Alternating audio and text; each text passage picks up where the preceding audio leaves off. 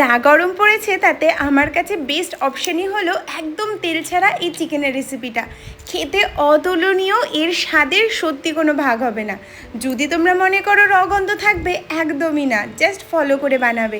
Chicken নিয়েছি, এর সাথে আলু, টমেটো, দুটো পেঁয়াজ, বেশ খানিকটা রসুন, আদা গ্রেট করে, 3টে শুকনো লঙ্কা, দুটো তেজপাতা আর বেশ খানিকটা জল, পরিমাণ মতো লবণ দিয়ে আধা ঘন্টা ফুটতে বসিয়ে দেব।